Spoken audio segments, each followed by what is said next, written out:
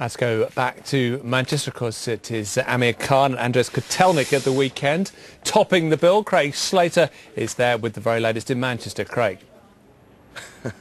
That's right, yeah. We're just at a very lively undercard news conference. It really did kick off verbally between Matthew Hall and Anthony Small, who contest the British and Commonwealth middleweight titles on this big bill on Saturday. We'll bring you the best of that very soon on Sky Sports News. But career-defining fights across the card, and one man who's certainly in a career-defining fight is Enzo Maccarinelli, because it's the comeback trail again for you, Enzo. But what's your sort of mindset like going back into this? Oh, mentally and physically, I'm totally well prepared. I lost the last fight last time out, and it just made me sit back and look at my options and see what I wanted to do. And I decided to move up to Bolton and the new trainer Carl Ince, and just freshen things up. And I feel fresh, I feel ready, and I feel strong. Yeah, because I mean, there was all the talk before the last fight. You said you had no sparring.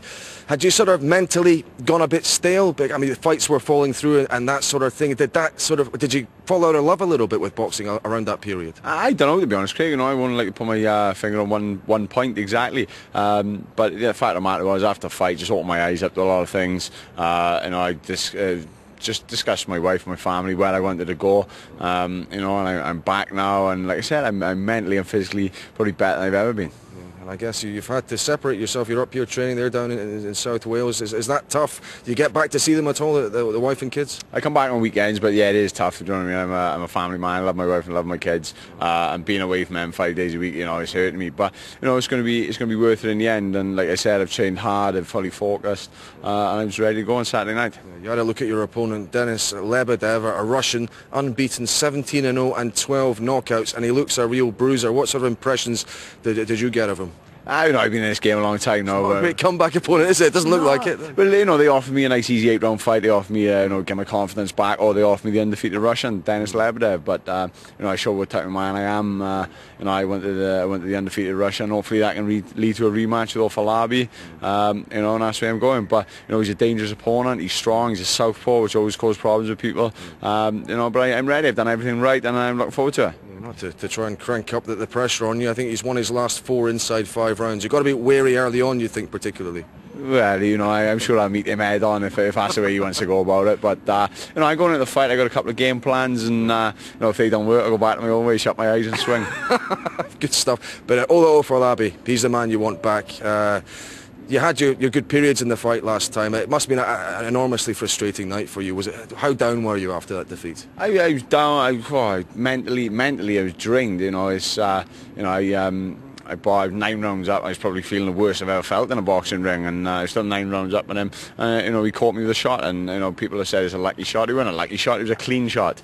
Do you know what I mean? My hands down, I had nothing left, and he put everything into the shot. And when I watched the replay on Sky, I was quite surprised I got back up off the deck after that shot. But it's things like that's going to make me stronger, and I could sit back and moan and jack it all in, or I can come back and prove my doubters wrong, and hopefully one day pick up a world title again. Yeah, when we hear sad news today about a neighbour of yours, John Hartson, kind of puts it all in perspective. And I know you live close by, don't you?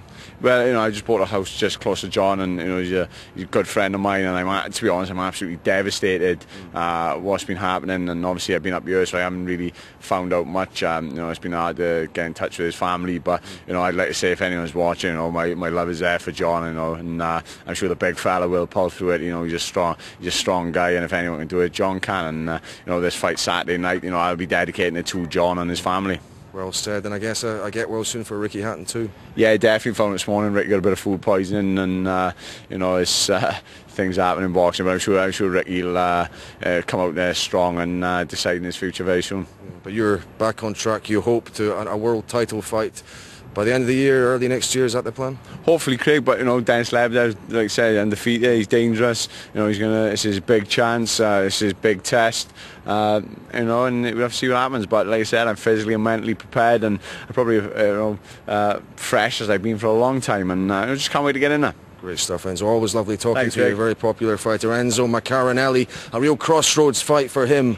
But, you know, I always think of Mickey Duff, what he used to say about boxing. He used to say, boxing's a game of snakes and ladders, you know, and the snakes are long and the ladders are short. Let's hope Enzo gets on a ladder on Saturday night.